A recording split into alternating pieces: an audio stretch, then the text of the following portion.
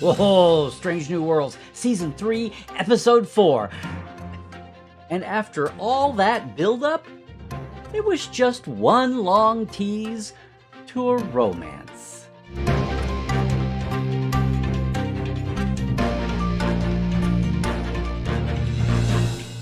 Hey, it is Dr. Trek, Larry Nemecek, coming at you here from the heart of Trekland and letting the dust settle just a bit on all the recent Trek headlines and fresh episodes, so that, look, instead of a hot take or a quick take, you get a second opinion from Dr. Trek. Look, I have been writing, interviewing, editing, archiving, hosting, witnessing, dot connecting, and, fanning Star Trek for a while now. And I just want to say, yes, a space adventure hour. Feels like people have been excited, expectant, or maybe even dreading this one ever since Lon's fedora trench coat and that yellow holodeck grid just burst out of all the early season trailers and features for Season 3. People are wondering what is up with this. Now, what's interesting here is, yes, we got the idea early on from the previews, from the sneak peeks, that there was a show within a show. What was the guise? Was it some kind of alien interference like the musical? Or no, was this of its own design? It's of its own design, apparently. But we've got the show within the murder mystery. And just so you know, the name of the TV series, certain little TV series from the 60s, was a little bit of cheese factor, but a lot of warmth. The name of the series within the series is not A Space Adventure Hour. Did you notice the name of the series within it is The Last Frontier? Yes, the adventures of the USS Adventure. Registry 20-1. God, I'd love to know what that stands for. Surely that's got to refer to something. I have so many questions, as you'll hear. And then the show starts off with no actual credits, just the fake credits for The Last Frontier show, right? And then all the actual credits for the episode for Strange New Worlds, the actual legal credits, they're all at the end in classic TOS yellow font, even through the end credits. Yeah, kudos, you better believe it. And look, it's almost no surprise when you look to see whose name is on this. Now, all the stories come out of the writer's room broken, but look who's got writing credit here. A byline, it's a co-byline. Catherine Lynn, who is now supervising producer on Strange New Worlds for the second season. She started as the canon consultant on Lower Decks, if you're not keeping up. And then Mike McMahon brought her on as a writer and then executive story editor. And then, well, she had a Hugo nomination for a little thing called Wedge Douge, where, yes, you should know the character T'Lyn is named not only for her, but for her cosplay, her Vulcan cosplay she did. After she did a Klingon Vulcan hybrid character cosplay called K'Lyn. I kid you not. So it's no surprise that coming over to Strange New Worlds, she co-wrote Those Old Scientists. Yeah, the Lower Decks crossover. And Charades, the Vulcan comedy with T'Pring's parents, remember? But hey ho, her writing partner for this, the co-credit, is with Dana Horgan. Now, are you paying attention here? Executive producer, really coming on strong. Look, Dana has been a co-executive producer ever since Season 2, and this is making her third credit. Nothing else besides, Ad Astra per Aspera, Una's courtroom drama, and a little thing called Subspace Rhapsody carries her name. And she's got 2 more coming up this season. She's got 4.5 Vulcans and the season finale. Staying busy. Well, she had 14 writing credits on Supergirl. She was supervising and then co-executive producer coming up the ladder on its last 3 seasons. But before that, she had 27 writing credits on Once Upon a Time, where she began as a producer and then co-producer on 43 episodes. Oh, and who have they entrusted the director's duties on this? Some rookie named, Jonathan Frakes. It's only his second for Strange New Worlds. Would you believe? Yes, he did Those Old Scientists last season, the crossover show with Lower Decks. That was his first, but would you believe this is his 30th episode to direct since he started with Next Generation? You remember The Offspring was his first? And of course, the two films, First Contact and Insurrection. And that's not even counting he has at least one, maybe two, one episode of Starfleet Academy. It's almost like they think they can trust this guy to deliver the goods. And hey, I want to give a special shout out here. We usually don't go down the line past writers and directors, but the director of photography for this episode, Maya Bankovic. This is her first Strange New Worlds, but she had done 3 episodes in the last season, Discovery, number 3, 6, and 9.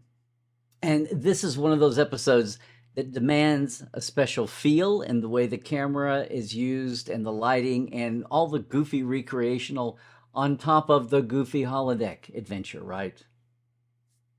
Salute, Maya.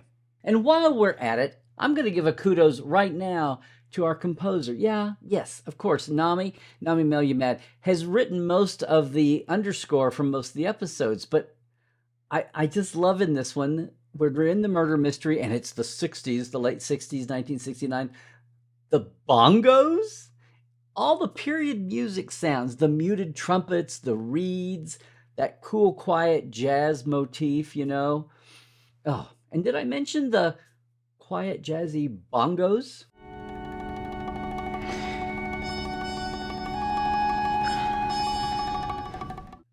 I mean, you know, unless this is just a season 1 homage to The Man from U.N.C.L.E. Okay, little things, big things. Little thing. In The Last Frontier, the show within the show, did you see what they're wearing? Those uniforms are all over the place. I mean, how can they call them uniforms? They're anything but uniform. Big thing, and yes, let's just get it out of the way. You know, the M5 in the room here is, the holodeck. Now look, everybody has been talking about this. Some folks have been watching this coming through the previews. They were upset about the holodeck. They were upset about seeing and hearing holodeck and arch and the yellow emitter grid. You know, this is before Kirk and Spock's time. What gives? Now, hold on. I mean, everybody has already been over how, yes, the animated series, TAS, had the Rec Room, which was a holo simulator, right? From Practical Joker, the episode. And that was a century before TNG, so it was a rudimentary holodeck, right? Holo simulator. Apparently it was only new to Picard and his staff on the Enterprise D, I guess. But what nobody seems to get, including Pike with his cute little pronunciation of recreation room, and not the rec room, as in recreation room, as it's clearly indicated in TAS. Does it seem that Pike comes off as a little, I don't know, anti-AI game? You know? His explanation of the holo mission, he's twinkled his eye, he's pushing the envelope, sure, but he's kind of got this, oh, good God, attitude about it. But his explanation for why Starfleet is pushing this, what the intention, what the motivation is exactly what Gene Roddenberry wanted in the 60s. It was meant to combat homesickness. Holo simulators were meant to, every individual crew person, whatever their home planet, could go and revisit home and combat the long months and weeks and years away from home.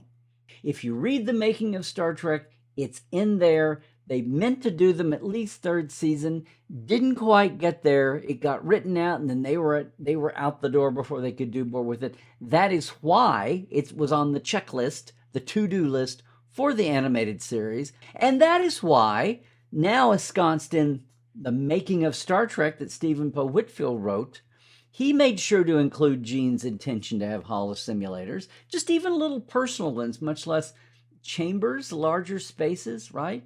And that is why Franz Joseph Schnabelt included rows of personal holodeck simulators in the classic Star Trek Enterprise blueprints. So don't come at me with this, the holodeck is way too early. You can talk about sophistication, you can talk about scope and scale, But holo sims were always Gene Roddenberry's 1960s intention for the Enterprise at this time, just limited, like almost nothing else, limited truly by budget and scope. And truly one of the things that the animated series was able to halfway rescue before we got to the modern era. But Picard and his gang had no monopoly on seeing this fresh out of the box. And one more layer to all this, this episode is such a counterpoint to none other than back on DS9, Our Man Bashir, where you had the characters inhabiting a holoprogram gone bonkers, gone deadly. But in that case, the characters are turning up from the real-life Ingrams as a stopgap, as a saving mechanism when the runabout explodes, and the only place big enough to save their transporter patterns is the holosuites buffer on DS9. It's not even a starship system. Here, it's completely inverted. You're testing the system, and the only patterns on file through enough transporter use are the regular characters. My, how convenient, but there you go. Oh, I did like that slow-moving holodeck appearance turning on effect. You know, it reminds me like an old black and white TV tube set where the TV picture slowly filled in from the central dot, you know, as it warmed up. That was a really sweet touch. Yeah. It was an old 50s holodeck set. Oh, little thing? Yes, it was a thinly veiled parody of the original series, but everything about the USS Adventure, the half-turn cylinder, you know, the dumpster diving wall decor, brightly painted, the bright colors, the Burke chairs, although there's no black top to the backs, right? That look, used to call them the Barbie chairs, but that's what they were. The sound effects, the chick, everything. The sound effects of phasers and shields and the lack of inertial dampers falling out of your chairs. Although, gang, I gotta say, for as much as fun as we make of the original series falling out of their chairs, the inertial dampers were overcome. I know. Have you ever gone back to watch Lost in Space? Or Journey to the Bottom of the Sea? Or Land of the Giants? Yeah. Watch how often they take a tumble. And I did mention the red alert klaxon, right? Oh, big thing. Spock talking about Arthur Conan Doyle. Yes, Mr. Sherlock Holmes himself as one of his predecessors, one of his forebears. Wait a minute. Spock is Vulcan. Well, his mother isn't. Amanda Grayson comes from, you know, a long line of humans. The whole reason this is in here, it's another way that the modern creators of Trek are having a lot of fun. Mike McMahon did this a lot on Lower Decks. Having fun tweaking the metacanon and some of the fandom debates and some of the haha gotcha moments. Because this goes all the way back to Star Trek VI, right? This is canon. They're putting it in canon because at one point, Spock in Star Trek VI attributed something to an ancestor of mine. He said, an ancestor of mine maintained that if you eliminate the impossible, whatever remains, however improbable, must be the truth. Well, that's a Sherlock Holmes line. So reading between the lines, Spock is saying that Sherlock Holmes, or maybe just the author, was a forebear of his. Well, it's now in canon. There it sits. Of course, Star Trek VI was also the story where General Chang was advising us that we've never heard true Shakespeare until we've heard it in the original Klingon. So, Star Trek VI. Grain of salt? Little thing? That freeze frame moment when all the murder mystery cast crumpled down by the dead body, Una, and then popped to look up. I mean, it was a moment right out of something between Clue and the Scooby-Doo opening titles. You know what I mean? It was perfect. A little thing, you can go looking, but no, there is no such thing really as the Amelia Moon detective series set in the 60s consisting of 112 titles. What's interesting is there is a one-off Amelia Moon young adult teenage girl mystery solver, a one-off book, but don't be confused. Meanwhile, did you think that La'an's Amelia Moon bore more than a striking resemblance to the icon Carmen Sandiego? Although actually, though this was in black and white, I also thought she bore more than a passing resemblance to one-time Star Trek guest star Kipley Brown in her trench-coated detective lead in my friend James Kerwin's sci-fi noir movie Yesterday Was a Lie. Have you ever seen it? You should check it out. Little thing? No. Gamma rays are not visible to the human eye. But who's to say we weren't watching those images through some kind of a filter or scan? Oh, one last little thing. Did you hear at the very end in the wrap-up report? Yes, Scotty, Pike, they're all recommending that this holodeck thing be a little more under control. Let's put it in the box, put it on the shelf. Okay, maybe get it out in 100 years. When it's this detailed, to this degree, this level of sophistication, and yeah, this much of a power drain, almost unpredictably so. But you heard Scotty's recommendation. If it's brought back at this degree, give it its own separate power source. Did you see what happened there? We just retconned in the past for the future the whole problematic thread about Voyager running its holodecks constantly, right?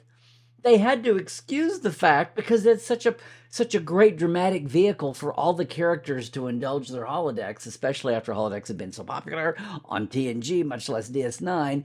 But how does it make sense on a trapped little ship trying to come home for 70 years? You're already rationing replicator coupons. Well, here you go. It has to be that way because it draws that much power.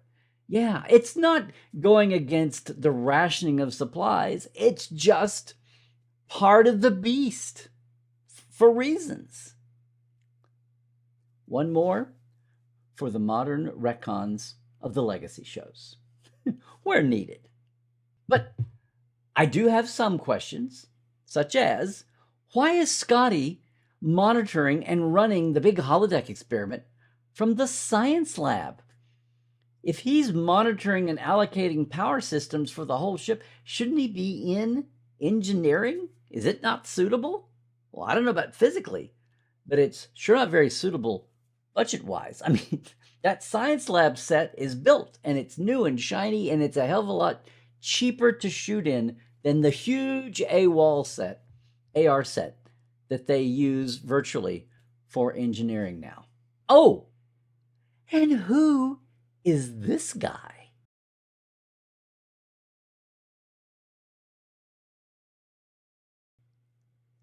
Oh, favorite lines. Now look, I have to say, Lee and her token, I'm an actor, not a doctor. Cute, cute, cute, cute. And I have to call out this one from Jess Bush's character. My lines and my skirts have been getting shorter and shorter with every episode. Actually, it kind of sadly brought to mind images of Grace Lee Whitney and what happened to Yeoman Rand. Yeah. But most of all, I'm a writer. I'm never happy about anything. Oh, actually, most of all, the one that just made me outright laugh in those credits from the end. Why would you have the leg bit? Why would she have the leg bit? I don't know why. Don't ask me. It's part of the mood. Okay, look, casting characters, this kind of an episode, this is the bulk of why you do it, right? This is what it's all about. There is a plot, there is a twist, but whether it's the mirror universe, whether it's something wacky, a character inversion, a holodeck, a fantasy, some other character making you go through those paces.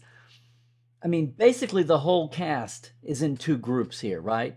It's Chrissy and La'an's episode, really, right? Secondarily with Spock, maybe third place Scotty, and everybody else, their main function here is just a glorified, over-the-top NPC in the murder mystery.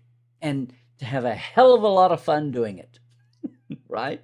So, yes, once again, let's look at our recurrings. Thank God Chris Myers' Nurse Gamble post a few weeks back on his Instagram, or else we still wouldn't have a clue what his nurse character is, Nurse Gamble. Oh, the other cool thing here is that Agonian alien leader on the view screen, right? Did you realize?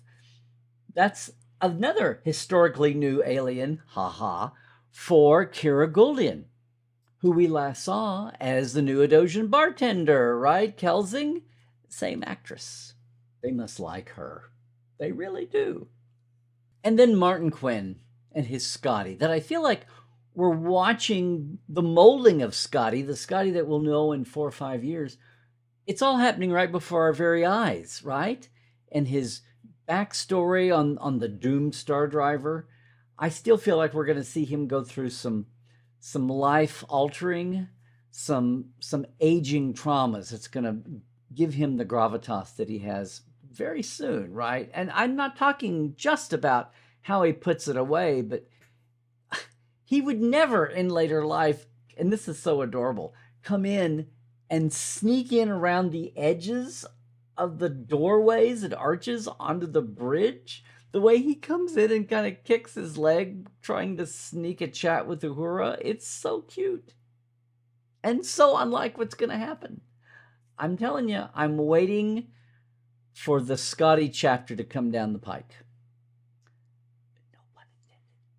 So yeah, Melissa is Ortegas, Babs is Mbenga. I mean, Macbo is such a ludicrous name, right? A Scottish-French combo there. Jess is Chapel. They're all part of the mystery, as is Celia's Uhura. But can I just say, oh my God, her Joni Gloss, the agent, she is such a young Oprah playing that, and does it so well. Now I'm ready for her to play Eartha Kitt, and even Eartha Kitt playing Catwoman. But look, of all people in this thing, it's the cynical agent who winds up delivering Jean's Star Trek 70s college speech, right? The guruification of Jean, as we say on the Trek Files. Who knew that the cynical agent would be the best delivery vehicle for that? And hey, Ethan's Spock in this one. The clues are coming right and left that he is the MacGuffin here, but it's not the Spock that we know. And he's been having these bouts of emotionalism. I'm still saying that he too is gearing up between T'Pring and Chapel. He too is going to soon be girding himself for why he is so extra stoic by the time his buds are Kirk and McCoy, not so much Pike and Una. And now we're going down this path, maybe with La'an. Is it going to be third time is not the charm? I don't know. But notice also, there's another clue here. His Spock, that we now know is part of the program, there was a clue. He never comes through an arch. He always just comes out of a hallway, and he just exits out the side, through a door, or even through an arch off camera. He never appears as a human exiting the holodeck. But of all the regulars playing NPCs in the murder mystery, wow. I'm watching the plot unfold, right? The program, and wondering, why is everyone else familiar from the regulars playing characters, except for that blonde woman over there that's the studio owner? No, it's Rebecca. That's her Una character, but she's blonded with that dress, with her hairstyle. Kudos to the crew, makeup and hair, for getting her to look that way. Kudos for the way she carries herself, carries the character. I had no clue at the beginning, and then it hit me like a ton of bricks. Now, is she playing some kind of distant homage instead of a blonde divorcee running a studio? Maybe a certain redhead that we know in that position? I don't know about that. But I sure as hell enjoyed the performance. And yeah, that death scene was hysterical. Apparently, the takes for that death scene went on far longer than we saw in the final cut. And maybe the most intriguing of all here is Anson and his Pike playing his character here, right? TK Bellows. I gotta say, here's a little reveal. You might get the idea that he's channeling Gene a little bit there, kind of loopy 80s Gene.